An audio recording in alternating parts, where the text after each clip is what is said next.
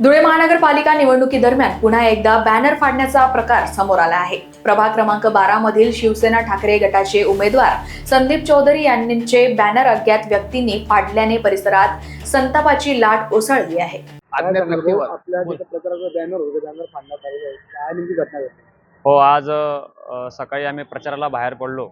आमचे प्रभाग क्रमांक 12 चे उद्धव बाळासाहेब ठाकरे शिवसेनेचे आमचे उमेदवार श्री संदीप दादा शिवदास चौधरी यांचं भगामोहन नगर या ठिकाणी एक बॅनर लावलेलं होतं प्रचारासाठी। त्या विकृत मानसिकता असलेल्या आमच्या विरोधकातील कुठल्या तरी मानसिकतेने त्या बॅनरला फाडला आणि त्या ठिकाणी मोठा तणाव निर्माण झाला।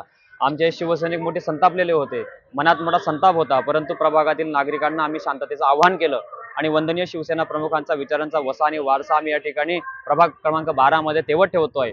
म्हणून विरोधकांना त्या ठिकाणी धडकी भरली। आमचा होम टू होम प्रचार पाहून आणि नागरिकांमध्ये आमची लोकप्रियता पाहून विरोधकांना धडकी भरल्यानंतर त्यांनी हे नीच कृत्य केलेलं आहे। परंतु आम्ही शिवसेना प्रमुखांचे शिलेदार आहोत। आम्ही मोठ्या मनाने त्या ठिकाणी त्या विरोधकांना माफ केलेलं आहे। कुठल्याही प्रकारचा आम्ही पोलिसांमध्ये जाऊन गुन्हा दाखल न करता मनाचा मोठेपणा दाखवला आणि या धुळे शहरामध्ये जी शांतता आहे त्या शांततेला गालबोट लागू नये म्हणून आम्ही सगळ्या आमच्या कार्यकर्त्यांना, शिवसैनिकांना आणि पदाधिकाऱ्यांना शांततेचं आवाहन करून या ठिकाणी आम्ही प्रकरण या ठिकाणी मिटवलेलं आहे। परंतु ज्या लोकांनी ही विकृत मानसिकतेने एक कृत्य केलेलं आहे, बॅनर फाडलेला आहे, त्याचा आम्ही जाहीर निषेध करतो आणि कुठलीही दडपशाहीला आम्ही भ्याणार नाही। असे 100 बॅनर जरी आमचे फाडले तरी शिवसैनिक हा विचारांचा आहे, हा हिंदुत्वाचा बुलंद आवाज आहे आणि हा हिंदुत्वाचा बुलंद आवाज आणि विकासाचं ध्येय घेऊन आम्ही या प्रभाग क्रमांक 12 मध्ये शिवसेना उद्धव बाळासाहेब ठाकरे पक्षाचा भगवा फडकवल्याशिवाय राहणार नाही।